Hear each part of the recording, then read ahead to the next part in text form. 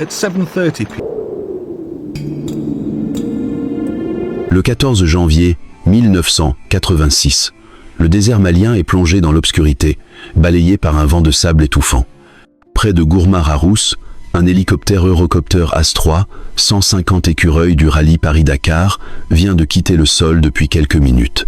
À bord se trouvent 5 passagers. Thierry Sabine, fondateur et âme du rallye le plus difficile du monde, Daniel Balavoine, star de la pop-rock française au sommet de sa gloire, le pilote François-Xavier Bagnoud, cousin du prince Albert II de Monaco, ainsi que 2 journalistes. Aucun d'eux n'imagine que l'appareil deviendra bientôt leur tombeau. Vers 19 heures, une tempête de sable s'abat sur la région. Les rafales secouent la carlingue, la visibilité tombe à 0. Bagnoud tente de stabiliser l'appareil, mais le désert africain est impitoyable. En quelques secondes, l'hélicoptère perd le contrôle. Puis, un fracas terrible résonne dans la nuit. L'engin s'écrase au sol et se disloque. Aucun survivant. La nouvelle se répand aussitôt à Paris. La France entière est sous le choc. Thierry Sabine, l'homme qui avait transformé un rêve de sable en aventure mythique, disparaît. Mais c'est surtout un autre nom qui bouleverse la nation. Daniel Balavoine, à peine 33 ans, artiste adulé qui, quelques mois plus tôt encore, chantait « Sauver l'amour » sur les plus grandes scènes. La stupeur est immense. Comment croire qu'une voix si puissante, un visage si familier de la télévision, ait pu s'éteindre si brutalement? En un instant, une génération perd son porte-parole. Ce qui rend la tragédie encore plus cruelle, c'est que Balavoine ne se trouvait pas dans cet hélicoptère pour sa carrière musicale, mais par engagement humanitaire. Invité par Sabine à suivre la logistique du rallye, il s'était donné pour mission de superviser la construction de puits dans le Sahel, où des enfants devaient marcher des kilomètres pour trouver de l'eau. Pour lui, chanter ne suffisait plus. Il voulait agir, laisser une trace concrète. Et c'est précisément ce désir d'aider qui l'a conduit vers son destin tragique. Lorsque l'épave fut retrouvée, elle n'était plus qu'un amas de métal tordu. Le lendemain, les journaux titraient en une « Balavoine est mort ». Les radios passaient ses chansons en boucle. Partout en France, des fans déposaient des fleurs et des bougies devant ses portraits. À la télévision, les images de son dernier sourire, éclatant et plein d'énergie, devenaient insoutenables. La disparition de Balavoine n'était pas qu'un accident aérien, c'était un séisme culturel.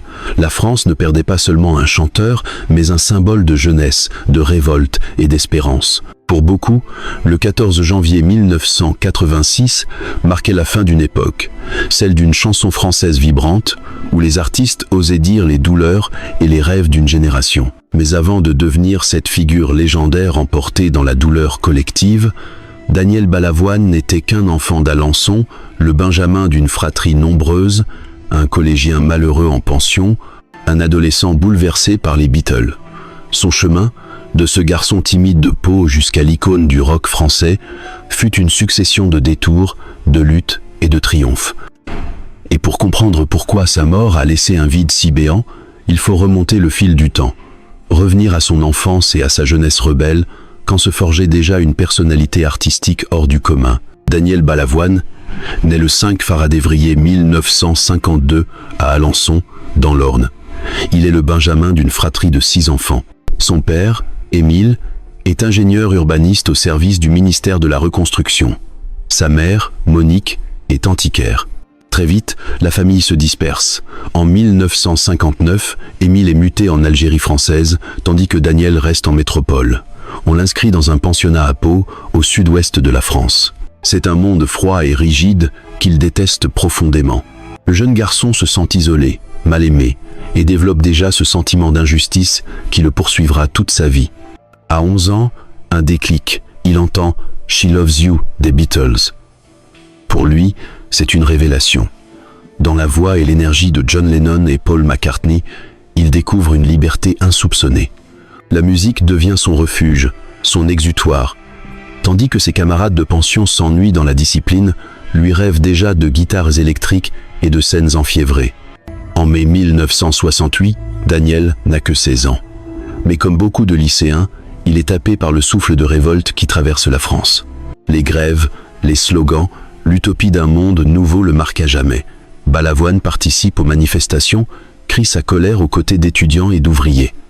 Ce goût de contestation, cette conviction que la jeunesse est ignorée par les élites, s'ancre définitivement en lui. Quelques années plus tard, il les exprimera avec force devant François Mitterrand à la télévision. Mais déjà, l'esprit de rébellion est là. Après le baccalauréat, il hésite. Les études ne l'attirent pas, les métiers traditionnels encore moins. Ce qu'il veut, c'est la musique. À Pau, il se lance comme chanteur de bal. Il interprète Bob Dylan, les standards anglo-saxons, tout ce qui peut enflammer les nuits de province. Sa voix aiguë et puissante attire l'attention, mais Daniel reste un inconnu.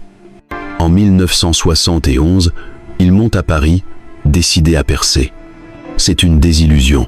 Le milieu est dur, compétitif, et personne ne semble croire en ce provincial maigre aux cheveux longs. Déçu, il retourne à Pau. Mais l'obstination le ramène bientôt dans la capitale.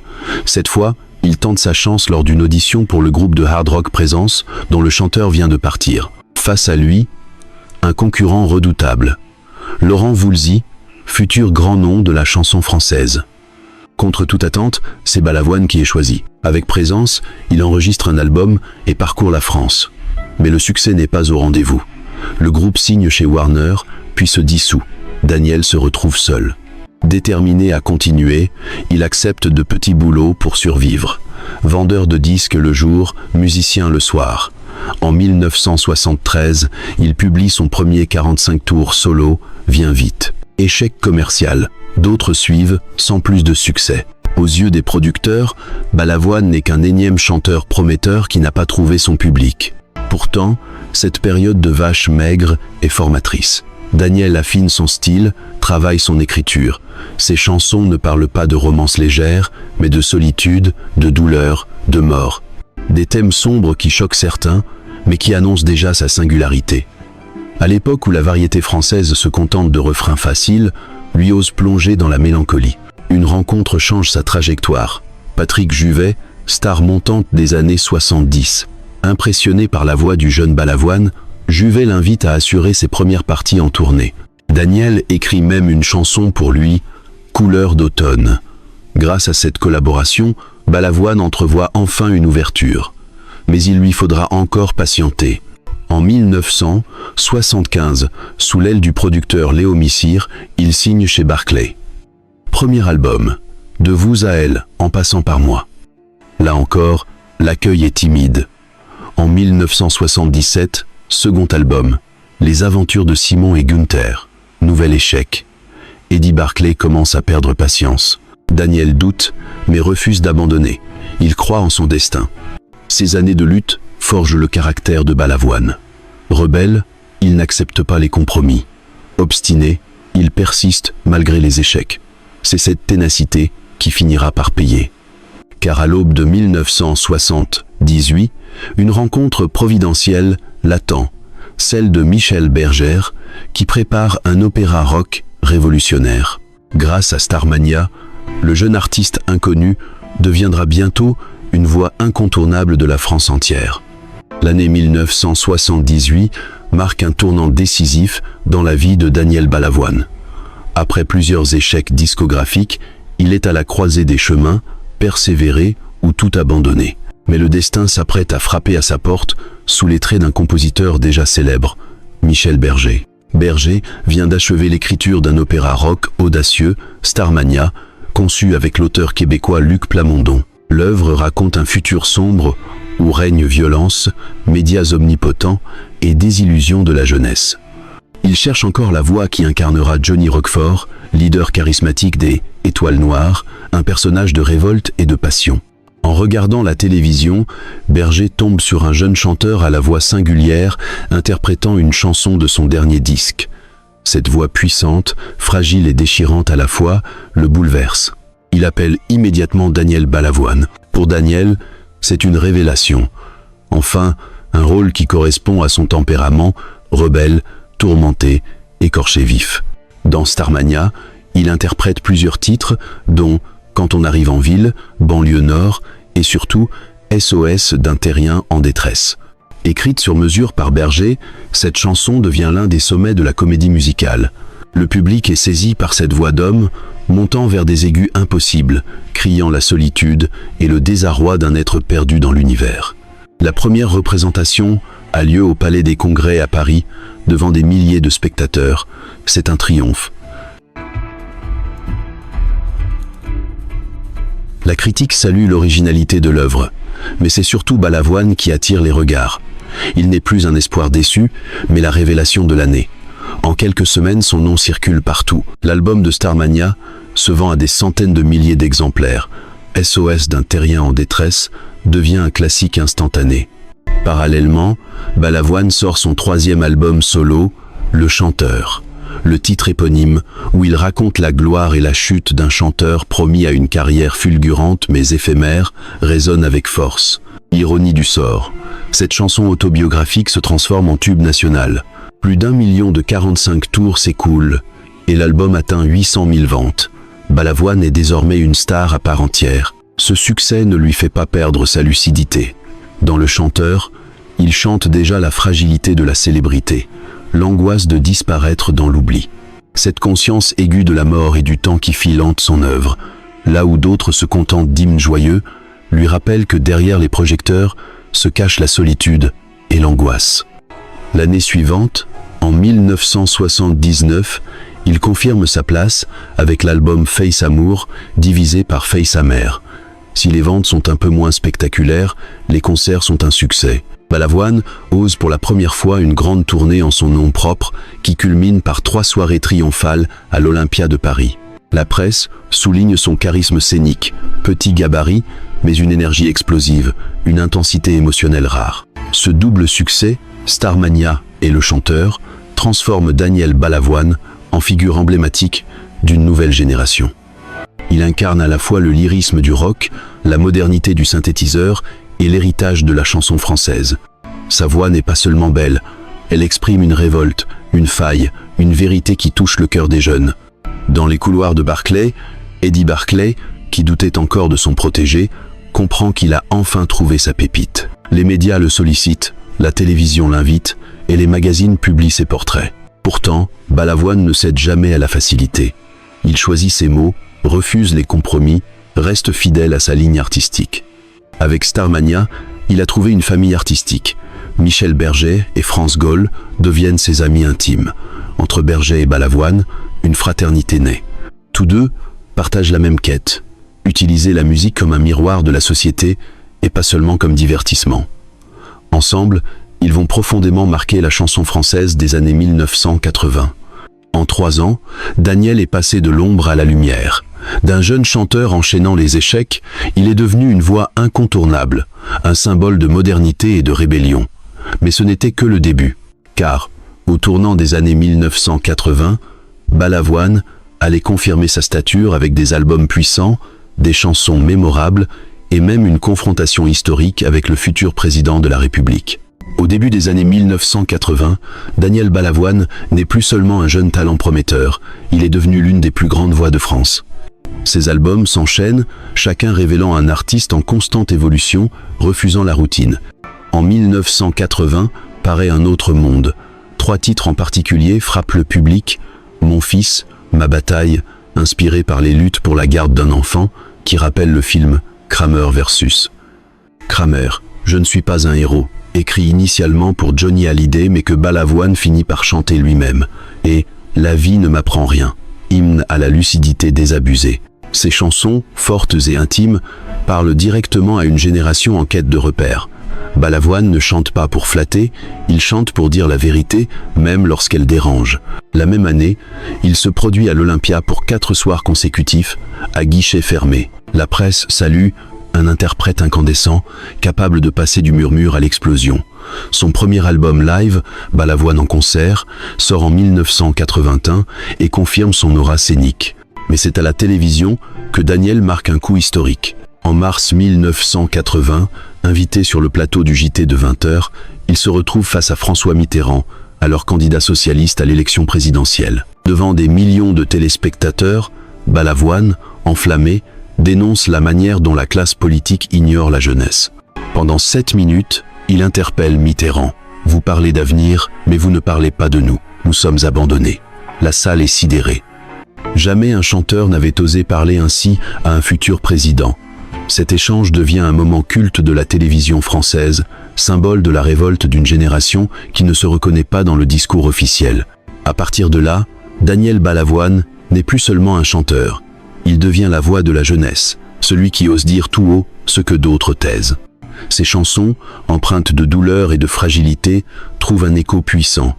Les adolescents y voient leur désarroi, les adultes leur vérité. En 1982, il change encore de cap avec Vendeur de larmes. L'album adopte un son plus rock, plus électronique, influencé par les nouvelles technologies musicales. Des titres comme « Vivre ou survivre » ou « Dieu que l'amour est triste » confirment son talent de mélodiste et son audace artistique. L'album est certifié disque de diamant en quelques mois, preuve que Balavoine n'a pas peur de prendre des risques. Sa tournée au Palais des Sports affiche complet plusieurs soirs d'affilée. Balavoine devient alors une star à part entière, invité sur toutes les grandes émissions, adulé par les foules. Mais loin de se contenter de la gloire, il reste habité par une mission, utiliser sa notoriété pour éveiller les consciences. Sa voix, capable d'atteindre des notes aiguës vertigineuses, devient l'instrument parfait pour exprimer à la fois la rage et la tendresse, la révolte et l'espoir. En privé, Daniel se lie d'amitié avec Coluche, autre grande figure contestataire de l'époque. Il soutient publiquement sa candidature symbolique à la présidentielle de 1981 avant que Coluche ne se retire. Cette proximité illustre la volonté de Balavoine de mêler art et engagement. Pour lui, chanter n'est pas suffisant. Il faut aussi agir, dénoncer, secouer les consciences. À ce moment-là, Balavoine incarne une singularité rare. Il est à la fois une star médiatique et une figure de contestation. Là où beaucoup se laissent griser par le succès, lui continue de mettre le doigt sur les plaies de la société française, solitude, injustice, hypocrisie politique. À la fin de 1983, lorsqu'il participe pour la première fois au rallye Paris-Dakar, il découvre l'Afrique et la misère des villages sahéliens. Cette rencontre avec la détresse humaine marquera profondément la suite de sa vie. Désormais, son engagement dépasse les paroles de ses chansons. Il veut agir sur le terrain. Mais avant d'embrasser pleinement cette vocation humanitaire, il devait encore écrire quelques-unes des pages les plus marquantes de sa carrière musicale. Au milieu des années 1980, Daniel Balavoine allait offrir à la France ses plus grandes chansons et ancrer définitivement sa place dans le panthéon de la musique française. Au milieu des années 1980, Daniel Balavoine est au sommet de sa carrière. Mais derrière la célébrité, sa vie personnelle et ses engagements sociaux prennent une importance croissante. En 1984, un événement intime bouleverse son existence. Il devient père pour la première fois. La naissance de son fils Loïc, fruit de son amour avec Corinne, une jeune femme d'origine judéo-marocaine, le transforme profondément. Submergé par l'émotion, il compose « Dieu que c'est beau », un hymne à la vie et à la paternité. Pour un artiste souvent marqué par la mélancolie, cette chanson témoigne d'un bonheur simple, lumineux. L'histoire d'amour avec Corinne inspire également l'un de ses plus grands succès, l'Aziza. À travers cette chanson sortie en 1985, Daniel rend hommage à son épouse et dénonce le racisme et l'antisémitisme. L'Aziza devient un hymne de tolérance et de fraternité, diffusé massivement sur les ondes françaises. Dans une époque encore marquée par les tensions identitaires, Balavoine ose chanter l'amour au-delà des frontières et des préjugés. Cette même année, le monde de la musique est bouleversé par l'élan caritatif lancé à l'échelle internationale, notamment par Bob Geldof avec le Band-Aid et le Live Aid. En France, un collectif d'artistes crée Chanteurs sans frontières, auquel Balavoine participe. Si l'initiative connaît un succès mitigé, elle confirme sa volonté d'utiliser sa notoriété pour des causes humanitaires. C'est dans ce contexte qu'il prépare son 8e album, Sauver l'amour, enregistré en Écosse. Balavoine y expérimente les nouvelles technologies de l'époque, notamment le Fairlight, un synthétiseur révolutionnaire qui lui permet d'explorer des sonorités inédites. Ce disque, sorti à l'été 1985, est le premier de sa carrière à paraître aussi en CD. L'artiste y déploie une richesse sonore et une intensité dramatique rarement atteinte dans la chanson française. Les titres phares de l'album deviennent instantanément des classiques. Sauver l'amour, une ode vibrante à la nécessité de préserver l'essentiel face aux violences du monde. Tous les cris, les SOS, où il exprime la solitude et l'incapacité des hommes à communiquer, portés par une interprétation bouleversante. Petit homme mort au combat, qui dénonce le sort tragique des enfants soldats. Et bien sûr, l'Aziza, qui connaît un immense succès populaire et reste l'une de ses chansons les plus emblématiques. En 1986, Sauver l'amour est couronné par une victoire de la musique dans la catégorie Album de l'année. Balavoine triomphe, mais pour lui, l'essentiel n'est plus là. Depuis sa découverte du Sahel lors du Paris-Dakar 1983, il est hanté par la misère des villages africains. Il ne supporte pas l'idée qu'en France, on puisse gaspiller, tandis qu'à des milliers de kilomètres, des enfants meurent de soif. C'est pourquoi il s'engage avec passion dans le projet Action École, une ONG visant à mobiliser les lycéens et étudiants pour financer la construction de puits au Sahel. Balavoine en devient le porte-parole et le moteur. Pour lui, il ne s'agit pas d'une cause lointaine, mais d'un combat vital. Il multiplie les interventions, les concerts de soutien et surtout, il décide de se rendre sur place pour superviser concrètement les projets. Cette volonté d'agir le conduit à accepter l'invitation de Thierry Sabine, fondateur du Paris-Dakar, à suivre l'édition 1986 du rallye.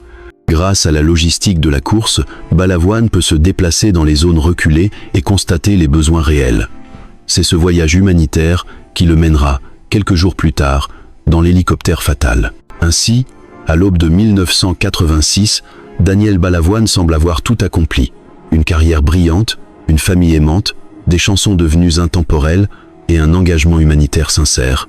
Mais son destin s'apprête à basculer brutalement.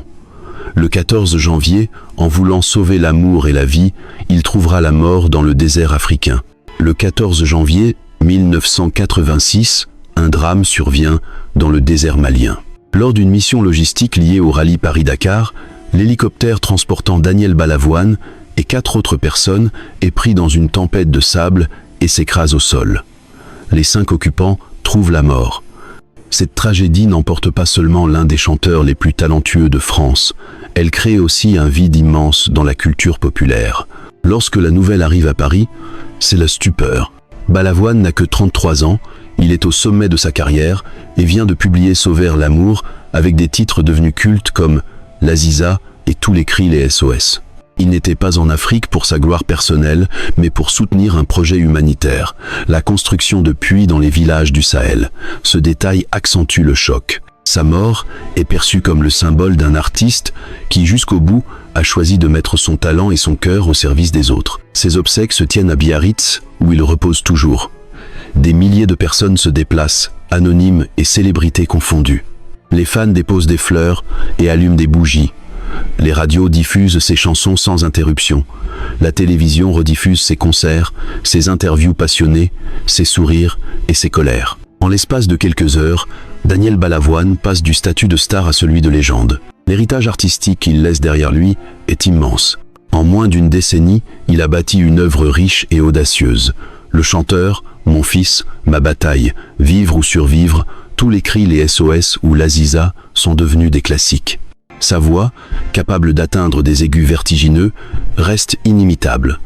Ses textes, empreints de douleur mais porteurs d'espérance, résonnent encore bien au-delà de sa génération. Mais Balavoine n'était plus qu'un chanteur, il était aussi une conscience. Son intervention face à François Mitterrand, en 1980, demeure un moment historique de la télévision française. Il y dénonçait avec fougue l'abandon de la jeunesse par la classe politique. Ce franc-parler, cette absence de compromis, ont forgé sa réputation. Pour toute une génération, Balavoine incarnait un porte-parole, un artiste qui osait dire ce que d'autres taisaient. Après sa mort, ses chansons continuent de vivre grâce à d'autres artistes. Johnny Hallyday reprend « Je ne suis pas un héros ». Pascal Obispo, Florent Pagny, Patrick Fiori ou Grégory Lemarchal interprètent ces titres, permettant à de nouveaux publics de les découvrir. Au Québec, Marie-Denise Pelletier connaît un immense succès avec sa version de Tous les cris les SOS. Même au Japon, le groupe Crystal King cite Balavoine comme une influence. Sa portée dépasse les frontières françaises. Son engagement humanitaire n'est pas oublié. L'association Action École, qu'il avait contribué à lancer, poursuit ses activités après sa disparition. Plusieurs établissements scolaires et centres culturels portent son nom. En 2021, Google lui rend hommage par un doodle, preuve que sa mémoire reste vivace des décennies plus tard. La modernité de son œuvre frappe encore aujourd'hui. Balavoine a été l'un des premiers à intégrer les synthétiseurs et les sons électroniques dans la chanson française, sans perdre la force émotionnelle des textes. Ces albums vendeurs de larmes et sauveurs, l'amour témoigne de cette alliance rare entre technologie et sensibilité. Réécouter Vivre ou survivre ou Tous les cris les sauces, aujourd'hui, c'est constater que leur intensité demeure intacte. Dans l'imaginaire collectif, Daniel Balavoine reste ce jeune homme de 33 ans, brillant, révolté, engagé. Sa mort dans le désert a figé son image, faisant de lui une figure comparable à un James Dean de la chanson française, une vie brève mais flamboyante. Cependant, réduire Balavoine à sa fin tragique serait injuste. Son véritable héritage se trouve dans sa musique, dans l'énergie qu'il a transmise, dans l'exigence artistique et humaine qu'il a incarnée. Là où beaucoup se contentaient de divertir, il cherchait à émouvoir, à questionner, à éveiller. Plus de 30 ans après, ses paroles résonnent encore. Chaque fois que la société française s'interroge sur la jeunesse, les inégalités ou l'intégration, on retrouve dans ses chansons une résonance étonnamment actuelle. Elles ne sont pas de simples souvenirs des années 80. Elles sont devenues des repères. Ainsi, l'accident du 14 janvier 1986, aussi brutal soit-il, n'a pas détruit Daniel Balavoine. Il l'a transformé en mythe. Un mythe qui rappelle qu'un artiste peut être à la fois chanteur, poète, rebelle et humaniste. Balavoine est la preuve qu'une voix peut marquer une époque, et que même réduite au silence, elle continue de résonner pour l'éternité.